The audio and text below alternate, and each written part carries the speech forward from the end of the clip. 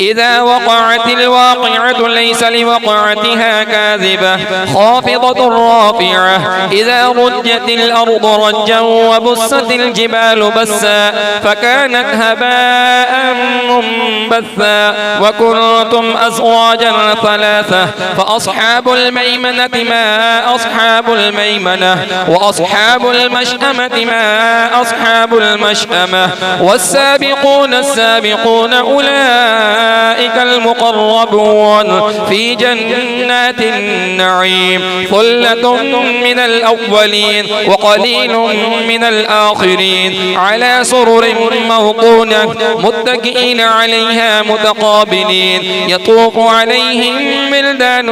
مخلدون بأكواب وأباريق وكأس من معين لا يصدعون عنها ولا ينزفون وفاكهة مما يتخيرون ولحم طير مما يشتهون وحور عين كأمثال اللؤلؤ المكنون جزاء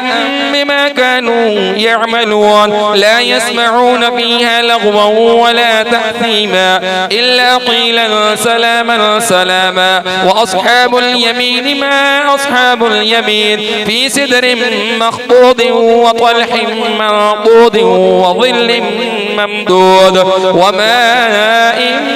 مسكوب وفاكهة كثيرة لا مقطوعة ولا ممنوعة وفرش مرفوعة إنا أنشأناهن إن شاء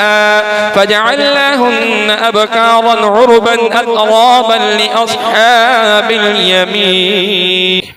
وأصحاب اليمين ما أصحاب اليمين في سدر مخضود وطلح منضود وظل ممدود وماء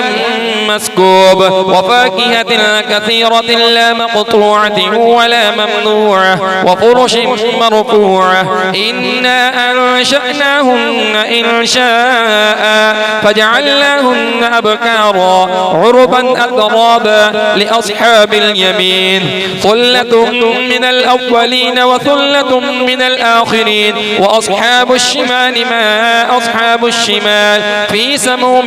وحميم وظل من يحموم لا بارد ولا كريم إنهم كانوا قبل ذلك مترفين وكانوا يصرون على الحنث العظيم وكانوا يقولون أئذا متنا وكنا ترابا وعظاما أئنا لمبعوثون أو آباؤنا الأولون قل إن الأولين والآخرين لمجموعون إلى ميقات يوم معلوم ثم إنكم أيها الضالون المكذبون لآكلون من شجر من زقوم فمالئون منها البطون فشاربون عليه من الحميم فشاربون شرب الهيم هذا نزلهم يوم الدين نحن خلقناكم فلولا تصدقون أفرأيتم ما تمنون أأنتم تخلقونه أم نحن الخالقون نحن قدرنا بينكم الموت وما نحن بمسبوقين على أن نبدل أمثالكم وننشئكم فيما لا تعلمون ولقد علمتم النشأة الأولى فلولا تذكرون أفرأيتم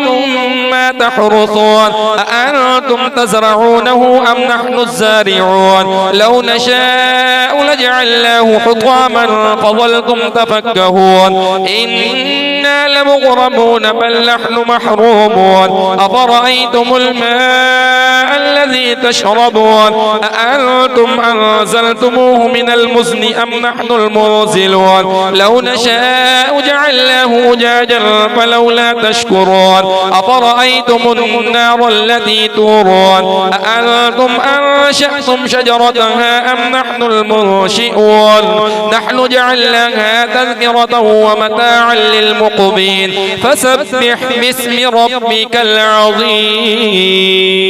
فلا أقسم بمواقع النجوم وإنه لقسم لو تعلمون عظيم إنه لقرآن كريم في كتاب مكنون لا يمسه إلا المطهرون تنزيل من رب العالمين أفبهذا الحديث أنتم مدهنون وتجعلون رزقكم أنكم تكذبون فلولا إذا بلغت الحلقوم وأنتم حينئذ تنظرون ونحن أقرب إليه منكم ولكن لا تبصرون